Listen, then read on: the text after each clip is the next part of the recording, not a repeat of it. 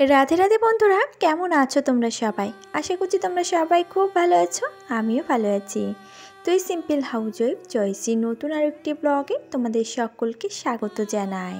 I hope যে প্রতিদিনের ন্যায় আজকের ব্লগটাও তোমাদের বেশ ভালো লাগবে। আর দেখো, সকালবেলা উঠান দিকে তাকিয়ে দেখতেই পেলে যে বেশ কিছুক্ষণ আগেই কিন্তু বৃষ্টি বন্ধ হয়েছে। ওই 6টা 10-15 হবে, আর এখন বাজে 7টা 5। তো চলো, এই যে সকালবেলা থেকে বাসি কাজকর্ম ঠাকুর প্রণাম দিয়েই শুরু করছি আজকে নতুন একটা লাইফস্টাইল। তবে কি বলো তো, আমাদের মতন হাউসওয়াইফদের তো এই লাইফস্টাইল। সকালবেলা বাসি কাজকর্ম, দুপুরবেলা রান্না করা, পুজো দেয়া, দুটো বাচ্চার দায়িত্ব নেওয়া, এই তো সারাদিনের রুটিন। তবে কোনোটা কোনো দিন আগে আর কোনোটা কোনো দিন পরে, আর মাঝে মাঝে আমাদেরকে এই যে ভয়ানক পরিস্থিতির শিকার হতে হয়। বর্ষা বৃষ্টি হলে বাইরের পরিবেশটা তা এরকম একেবারে জলাজল হয়ে থাকে। তো ওই জন্য ভাবছিলাম যে একটু সকালে পরে তারপরে গিয়ে ঝাড় দেব। তো সময় তো আমার জন্য বসে থাকবে না। আজ আবার সোমবার, এদিকে সংসারের কাজ বাদ দিয়েও ঠাকুর ঘরে প্রচুর কাজ বাকি। অন্যান্য দিনের তুলনায় কিন্তু সোমবার যেহেতু শ্রাবণ মাসের, ওই জন্য কিন্তু আরও বেশ খানিকটা সময় লাগবে। যেমন বৃহস্পতিবারের পুজো হয়, ঠিক তেমন কিন্তু আজকে সোমবারের পুজোটাও দিতে লেট হয়ে যাবে।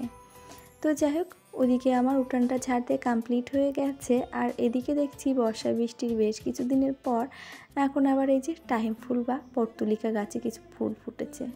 আর এদিকে বর্ষা হওয়াতে ওয়াটার লিলি ফুলগুলো কিন্তু ভালোই ফুটেছে। একেবারে রাস্তার সাইড দিয়ে গাছগুলো লাগানো, তো যেই না একটু বর্ষা পড়ে তারপরে যে একটু হালকা এরকম পরিবেশ হয়, তখন দেখি ওয়াটার লিলিগুলো বেশ ভালো ফোটে। আর অতিরিক্ত বর্ষায় কিন্তু আবার ফোটে না। আর এরা যেন কেমন বুঝতে পারে বর্ষাকাল এলে ঠিক তার সৌন্দর্য বহন করবে। সারা বছর তো মাটির নিচে লুকিয়ে থাকে, আর এই যে বর্ষা হলে তার অপরূপ সৌন্দর্য ঠিক মাটি থেকে ফুঁড়ে বার করে দেবে। দেখতেই পাচ্ছ, এদিকে বাসি কাজকর্ম সমস্ত কিছু কমপ্লিট। এখন চলো একটু ফ্রেশ হয়ে তারপরে বাদবাকি কাজ শুরু করি। আর ফ্রেশ হয়ে তারপরে যে চালটাকে ধুয়ে চলে এসেছি সোজা রান্নাঘরে। তো এসে আগে ভালো করে গ্যাসের টপ কাউন্টারটা আরেকবার মুছে নিয়ে এই যে এবারে ভাত বসিয়ে দেব। কেননা আজকে একটু সকাল সকালই রান্নাবান্না সেরে নেব ভাবছি। যেহেতু সমস্ত কিছু বাড়িতেই আছে, ওই জন্য আর দেরি করব না যে বাজার কখন নিয়ে আসবে, তাই রান্না করব। কাল যেহেতু মাংস খেয়েছি, আর আজ আবার সোমবার, তো সেক্ষেত্রে তো সোমবার যখন, তাই ভাবলাম যে আজ সকাল সকাল নিরামিষই রান্না করি। তো নিরামিষের মধ্যে ডাল আছে আর ফ্রিজের মধ্যে সবজি আছে। তো ডালটাকে সিদ্ধ বসিয়ে তারপরে ভাবছি ফ্রিজ থেকে সবজিগুলো বার করে তাই হচ্ছে কিনা কাটাকুটি করব। তো এই যে শুকনো খোলায় ডালটাকে ভালো করে লাল লাল করে টেলে নিয়েছি। আর বেশি লাল হয়ে গেলে তখন তো আবার ডাল সিদ্ধ হতে যাবে না, ওই যে কোনো রকম একটু ব্রাউন কালার হয়েছে। তারপর নামিয়ে নিয়ে 2 থেকে 3 বার ভালো করে কচলে কচলে ধুয়ে নিয়েছি। আর দেখতেই পেলে ডাল থেকে কী পরিমাণে নোংরা বেরিয়েছে। আর এই যে এখন ডাল বসাবো, তার জন্য প্রেসার কুকারে লবণ, হলুদ আর একটু তেল দিয়ে নেব, যাতে করে প্রেসার কুকারের ডালটা ভালোভাবে সিদ্ধ হয়ে যায়। আর দেখবে ডাল এইভাবে লবণ, হলুদ, তেল দিয়ে সিদ্ধ করলে প্রেসার কুকার থেকে বাইরে সিটি দিয়ে কখনো বেরিয়ে যায় না। যদি কিনা তোমার জল একটু বেশিও হয়ে যায়, তাও কিন্তু ওই সম্ভাবনাটা কম থাকে। আর নর্মালি দেখবে শুধু ডাল দিয়ে যখন প্রেসার কুকারে দেবে, তখন দেখবে ওই যে সিটি দিয়ে বেরিয়ে যাওয়ার সম্ভাবনাটা বেশি থাকে। ওদিকে ডাল সিদ্ধ বসিয়েছি, ফ্রিজ থেকে সবজি বার করে ধুয়ে তারপরে এই যে দেখো, দুজনা কিন্তু এখনও অবধি ঘুম থেকে উঠিনি, শুয়ে শুয়ে গড়িয়েই যাচ্ছে। তো আমি বললাম, কি তোরা ঘুম থেকে না উঠে গড়িয়েই যাচ্ছিস? বাজতে গেছে তো প্রায় 9টা, তাহলে আর কতক্ষণ এভাবে গড়িয়ে থাকবি? যা গিয়ে ব্রাশ কর গিয়ে। তো আমাকে কি বলছে, তুমি ব্রাশ করেছো? আমি বলছি আমি ব্রাশ করিনি। তোরা আমার কি বলছিস? তোরা তো বুঝতেই পারছিস আমি রান্নাঘরে কুটুর কুটুর করছি, গল্প তো করছিস অনেকক্ষণ ধরে। কি হয়েছে বলো তো, অন্ধকারের মধ্যে তো গল্প জমে আসে না, তার জন্য এসে দেখি লাইটটাও জ্বালিয়ে নিয়েছে। মানে ভালো রকমই ঘুম কেটেছে, এখনও দেখো চোখ ডোলাডুলি করছে। তো তাড়া দেওয়ার পরে এই যে দুজনা বার হয়ে গেল, এবারে গিয়ে কলগেট নিয়ে মারামারি শুরু করে দিয়েছে। এ বলছে আমি আগে কলগেট নেবো, ও বলছে আমি আগে কলগেট নেবো। তাড়াতাড়ি করে বিছনাটাকে তুলে তারপরে গিয়ে আবার সেই যুদ্ধটাকে থামিয়ে তারপরে বাদবাকি কাজগুলো আবারও সারি। শুধুমাত্র এই বিছনাটাই তুলেছি যতটুকু টাইম। তারপর কিন্তু এই যে জানলা খোলার আগে সেই ঝামেলাটাকে মিটিয়ে তারপরে এসে যে জানলাটাকে খুলেছি। আর এদিকে এই মানি প্ল্যান্ট গাছটা দেখছি কীভাবে ঝুলিয়ে বার করে নিয়ে এসেছে বাইরে। তো তো জল পাচ্ছে না, তার জন্য কেমন শুকনো শুকনো লাগছে। কখন হয়তো দুজনা টানাহুঁচড়া করেছে, তার জন্য ওরকম অবস্থা হয়েছে। তাই আবার ভালো করে ঠেসে ঢুকিয়ে দিলাম। আর এদিকে তো ডালটা সিদ্ধ হয়ে গেছিলো, তখন আমি গ্যাসটাকে অফ করে দিয়ে গেছিলাম যখন ঘরে গেছিলাম। যেহেতু একটা সিটি দিলেই ডাল সিদ্ধ হয়ে যায়, ওই জন্য কিছুক্ষণ আবার ওয়েটও করতে হয়েছে। আর ততক্ষণে ভিডিও এডিটিংয়ের কিছু কাজ বাকি ছিল, সেগুলোকেও কমপ্লিট করে নিয়েছি। তারপরে এসে এই যে প্রেশার কুকারটাকে খুলে একটু শুকনো লঙ্কা আর একটু জিরে ফোড়ন দিয়ে মুগ ডালটাকে বসিয়ে দিয়ে এই যে সবজিপাতি মানে ফ্রিজ থেকে বার করে নিয়েছিলাম, সেইগুলোকে এখন কাটাকুটো করে নেব। তো ফ্রিজে দেখলাম কলা আছে, বেগুন আছে, উচ্ছে আছে। তো ভাবলাম নিরামিষ আর কী বানাবো, তাহলে একটু শুক্তোই বানিয়ে নিই। দুজনা খাবো, এক একটা সবজি হলেই মোটামুটি একটু শুক্তো তরকারি হয়ে যাবে। আর যেহেতু ডাল বানাচ্ছি, ওই জন্য তো আর বেশি তরকারি লাগবে না। তো উচ্ছেটা দেখলাম এক সাইড দিয়ে কেমন পচে গেছে, তার জন্য অর্ধেকটা বাদও দিয়ে দিয়েছি। দিয়ে ভালো করে ধুয়ে এই যে জলের মধ্যে ভিজিয়েই রেখে গেছিলাম। আর এখন এই যে সমস্ত সবজি কেটে কুটে তারপরে গিয়ে শুক্তোটাকে বসাবো। আর ওদিকে ওরা ফ্রেশ হয়ে উঠে বসে আছে, এখনই শুরু করে দিয়েছে মা খেতে দাও, মা খেতে দাও। আমি বললাম যে খেতে কি দেবো, আগে স্নান করে রেডি হ তারপরে। এখন বাজে ওই যে 9:15 মতন। তো আমি বললাম যে স্নান কর, 10টার মধ্যে মোটামুটি তোরা স্কুলে পৌঁছে যেতে পারবি। তো ওইদিকে দেখো ডালটাকে লাভিয়ে তারপরে শুক্তোর জন্য একটু বড়ি, এই বছরের শেষ মায়ের বাড়ির বড়ি তো যা ছিল ফাইনালি সমস্তটাই ভেজে নিয়েছি। আর এই যে উচ্ছেটাকে একটু লাল লাল করে ভেজে নিয়ে তারপরে এই যে সবজি সেগুলোকে দিলাম। একটু হালকা জোর কমিয়ে দিয়েছি গ্যাসে, যাতে করে আমার এই সর্ষে বাটাটা হতে হতে ওদিকে সবজিটাও ভাজা ভাজা হয়ে যায়। আর একেবারে কাঁচা সবজির মধ্যে কিন্তু যে কোনো সব মশলা দিয়ে রান্না করলে ভালো লাগে না। এই যে হালকা একটু ব্রাউন কালার হয়েছে, তার মধ্যে এই যে বড়িটাকে দিয়ে এবার বেটে রাখা সর্ষে বাটাটা দিয়ে দেবো। আর শুক্তোতে আমার মনে হয় সর্ষে বাটাটাই ভালো লাগে। আর আদা জিরে করলেও কিন্তু ভালো লাগে, তবে তার মধ্যে একটু দুধ দিতে হয়। আর সর্ষে বাটা দিয়ে করলে সেই দুধ দেওয়ার ঝামেলাটা থাকে না, তবে দিলেও কিন্তু বেশ ভালো লাগে। আমরা যেহেতু মধ্যবিত্ত পরিবারে থাকি, সেজন্য কিন্তু স্বামীর স্বল্প আয় ইনকামে যতটুকু যেভাবে চালানো যায় সেইভাবেই কিন্তু আমাদের চালাতে হয়। একটা শুক্তো রান্না করতে গেলে কিন্তু অনেক কিছুর প্রয়োজন হয়, যেমন সজনের ডাঁটা লাগে, বরবটি লাগে, আরও অনেক কিছু। তার মধ্যে যে দুধ লাগে। তো আমরা যেহেতু যে মধ্যবিত্ত পরিবারে বিলং করি, ওই জন্য কিন্তু অত শৌখিনতাভাবে আমরা সমস্ত কিছু খেতে পারি না। আমাদের কাছে হলো কি, ওই যে কোনো রকম একটা দিন কাটিয়ে দিতে পারলেই হয়। তো ওইদিকে ছোটোবাবুকে রেডি করে দিয়ে আসলাম, আর বড়োবাবু স্নান থেকে সবে বাইরে বেরিয়েছে। তো ওকে বললাম তুই রেডি হয়ে নে, আমি ততক্ষণে ভাতটাকে বেড়ে ফেলি। ভাতটাকে বেড়ে আবার একটু ঠান্ডা হতে দিতে হবে, নয়তো গরম গরম ভাতটা আবার খেতে পারবে না। তার জন্য এই যে দুজনা ভাত বেড়ে নিয়েছি, আর এদিকে তরকারিটা একটু হতে বাকি আছে।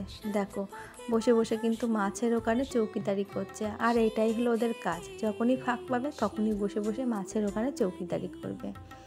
আর ওদেরকে এখন খাবার দেব। গতদিনের যে চিকেন রান্না করেছিলাম সেটা ফ্রিজে রেখে দিয়েছিলাম ওদের জন্য কিছুটা। ডাল তো কেউ খাবেই না এখন, তো ভাবলাম সেই চিকেনটার 1 পিস করে দুজনকে 2 পিস দিলাম, আর 2 পিস রেখে দিয়েছি। আমরা না হয় সোমবার করবো, কিন্তু বাচ্চা মানুষ, ওরা তো আর মানবে না, আর ওদের সবসময় মানানোও যায় না। আর ওরাই যেন তো রাত্রেবেলা 1 পিস করে চিকেন খেয়ে বলছে আর 1 পিস করে রেখে দাও, যাতে করে কালকেও খেতে পারি। কালকে তো আবার সোমবার হবে, তুমি আবার নিরামিষ বানিয়ে দেবে, তখন আবার শুধু নিরামিষই খেতে হবে। তো ওই যে দুজনকে দিলাম। এখন দুজনা খেয়ে দিয়ে এই যে এখন নখ কেটে দিচ্ছি। নখ কাটার পরে বড়বাবুকেও নখ কেটে দিতে হবে, ওই জন্য কিন্তু ঘুরঘুর করছে। তো ওই যে দুজনকে নখ কেটে দিয়েছে, আজকে সোমবার স্কুলে নখ দেখবে, তার জন্য দুজনা ভুল করে না কখনো সোমবারে নখ কেটে যেতে। তবুও ওদেরকে মাঝে মাঝে পানিশড হতে হয়, কেননা ওদের নখগুলো এমনই সাদা সাদা হয়ে থাকে কাটার পরেও যে মনে হয় যেন নখ কাটেনি। তবে বেশি করে নখ কেটে দিলেও তো চোখের দৃষ্টিশক্তি কম হয়ে যায় বাচ্চাদের, ওই জন্য কিন্তু যতটুকু সম্ভব চেষ্টা করি যে নখটাকে ভালো করে কেটে দেওয়ার। তবু ওই যে স্যারেদের কোথায় কোথায় খুঁত থেকে যায়, তবে জেঠুকে বলে রাখি যখনই নখ কাটে ওদের জেঠুকে দেখিয়েই কাটায়, তাহলে কি না একটু যাতে সেভ হয়ে যায়। আজকেও যখন নখ কেটেছি, বড়োটা এদিকে তানাগোনা করছে, ও জেঠু দরজা থেকে বার হয়ে এসে বলছে তুই কেন পাগলের মতন দৌড়াদৌড়ি করছিস। তো বলছে মা আমার নখ কেটে দিচ্ছে না। যাক বাঁচা গেল, আমাকে আর নালিশ করতে হলো না যে দাদা ভাই আজকে কিন্তু ছেলেরা নখ কেটে গেছে। কেননা দাদা নয় দেখলো, কিন্তু অন্য স্যারেরা তো আর দেখতে পাচ্ছে না। আর বাড়িতেই যখন স্যার আছে তাকে একটু জানিয়ে দিলে তাহলে অন্যের কাছ থেকে পানিশমেন্ট হওয়া থেকে ওরা একটু মুক্তি পাবে। আর এর মধ্যে তো দেখলে ঘরটাকে মুছে তারপরে যে বাসনগুলো ছিল সেগুলোকে মেজে ধুয়ে জামাকাপড় কাচা ধোয়া করে সোজা চলে এসেছি ছাদের উপরে। আজকে যা হোক বৃষ্টি সকাল সকাল হয়ে থেমে গেছে আর সারাটা দিন রেহাই দিয়ে গেছে। এখনই যে তোমাদের সঙ্গে ভয়েস ওভার দিচ্ছি এখনও পর্যন্ত কোনো রকম বৃষ্টির বালাই নেই। আর আশা রাখি এরকমটাই যেন হয়, আর বৃষ্টি হওয়ার দরকার নেই, কেননা আমরা যেহেতু নদীর আশেপাশে থাকি আমাদের নিচু জায়গাগুলোকে কিন্তু জল উঠে গেছে। এমনকি আমাদের এপার থেকে ওপারে যে বাজার সেই বাজারে পর্যন্ত জল উঠে গেছে, বাইকের সাইলেন্সার পাইপ পর্যন্ত ডুবে যাচ্ছে। তো এতটাই জল হয়েছে। তো সেইখানে বলবো যে আর বৃষ্টি হওয়ার কোনো প্রয়োজন নেই, যাতে করে মোটামুটি যাত্রীজন সব কিছু সঠিকভাবে পার হতে পারে আর আমরাও যাতে একটু বেঁচে যাই। আর গ্রামে থাকলে আগে কত সুবিধা ছিল, বাইরে থেকেও কোনো রকম কোনো সবজি কম দামে পাওয়া যেত। তবে এই যে বর্ষা বৃষ্টি হতে চারদিকে জল উঠে যাচ্ছে আর ডোবা জায়গায় কিন্তু সবজি গাছগুলো সমস্ত কিছু মারাও যাচ্ছে। আর মারা যাওয়ার ফলে কোনো সবজিই হচ্ছে না। তো এতে করে না অনেক সমস্যায় পড়ে যেতে হয়। আগে যে সমস্ত সবজি মোটামুটি 100 টাকায় কিনলে এক সপ্তাহ চলে যেত, এখন কিন্তু 100 টাকায় এমনও হয় যে দুদিনও যায় না। আর তোমাদের সঙ্গে বকবক করতে করতে কিন্তু এদিকে আমার সিঁদুর পরাটাও রেডি হয়ে গেল। ওদিকে তো আলতা পরে আসলাম, এবার সিঁদুরটা পরে নিলাম আর এবারে একটু সাজুগুজু করে নেব। তাহলে চলো এর সাথে বলে রাখি আমার আজকের ভিডিওটি তোমাদের কেমন লাগলো একটা লাইক কমেন্ট করে জানাতে ভুলে যেও না। আর নতুন বন্ধু যদি আজকে ভিডিওটি এই পর্যন্ত দেখে থাকো, ভিডিওটি দেখে কোনো অংশে ভালো লাগলে চাইলে চ্যানেলটিকে সাবস্ক্রাইব করে পাশে থাকতে পারো। আর পুরনো বন্ধুরা যারা অলরেডি এই কাজটি করে রেখে দিয়েছো তাদেরকে জানাই অসংখ্য ধন্যবাদ আর অনেক ভালোবাসা। আর চলো এদিকে ঠাকুরঘরটাকে মুছে নিই আর এরই সাথে গতদিনের ভিডিওতে করা বেশ কিছু মিষ্টি মিষ্টি বন্ধুদের নামও নিয়ে নিই।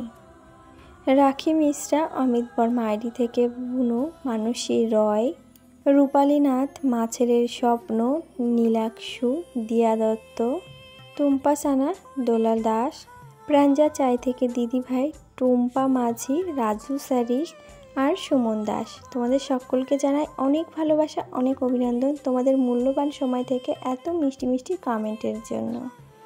আর দেখো তোমাদের কমেন্টগুলো পড়তে পড়তে দিকে আমি ঠাকুরঘরটাকে মুছে নিয়েছি, বাসন মেজে নিয়েছি আর ভাবলাম একইবারে তুলসী মঞ্চে জল দিয়ে নিই, তারপরে গিয়ে একটু পাটা ধুয়ে তারপরে ঠাকুরঘরে ঢুকতে পারবো।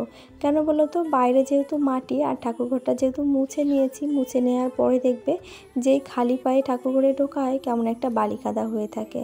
আর বারবার করে বাইরে আসা যাওয়া তখন কিন্তু সেই ঠাকুরঘরটা মোছা বলে মনে হয় না। ওই জন্য মনে হয় যে বাইরের কাজগুলো একবারে করে নিয়ে তারপরে গিয়ে পা হাত পা ভালো করে ধুয়ে নিয়ে ঠাকুরঘরে উঠলে মোটামুটি একটু ফ্রেশ ফ্রেশ লাগে। আর নয়তো ওই যে বৃষ্টি বর্ষায় যা হয়েছে উঠানের অবস্থা, পা দিলে তো একেবারে পুরো বালি খ্যাচ খ্যাচ খ্যাচ খ্যাচ করতে থাকে। তবুও তো একদিকে ভালো আমাদের এখানকার দোআঁশ মাটি, তো এখন দোআঁশ মাটির থেকে এখন মনে হয় যেন বেলে মাটিটাই বেশি হয়েছে। বর্ষায় মাটি কাটতে কাটতে উঠানের যা পরিস্থিতি। আর ওদিকে তো ভোগ দেওয়ার জন্য ফলটা কেটে রেডি করে নিয়েছি, এবারে পঞ্চামৃত বানিয়ে নেব। আগে একটু চন্দনটা ঘষে নিই, তারপরে গিয়ে এখন অবধি প্রদীপটা জ্বালাইনি, কেননা ভাবছি আগে সমস্ত কিছু টোটাল রেডি করে নেব, তারপরে প্রদীপ জ্বালিয়ে সমস্ত ঠাকুরের চরণে ফুল দেব, তারপরে গিয়ে সমস্ত ঠাকুরকে স্নান করাবো, এমনকি শিবশম্ভুকে। আর আজকে ভাবছি নিজে হাতে করে যখন পুজো দিচ্ছি তাহলে গোপালকেও একটু পঞ্চামৃত দিয়ে স্নান করিয়ে দেব, মা তারার চরণটাকেও একটু পঞ্চামৃত দিয়ে স্নান করিয়ে দেব। অনেক দিন হয়েছে তাদেরকে পঞ্চামৃত দিয়ে স্নান করানো হয় না।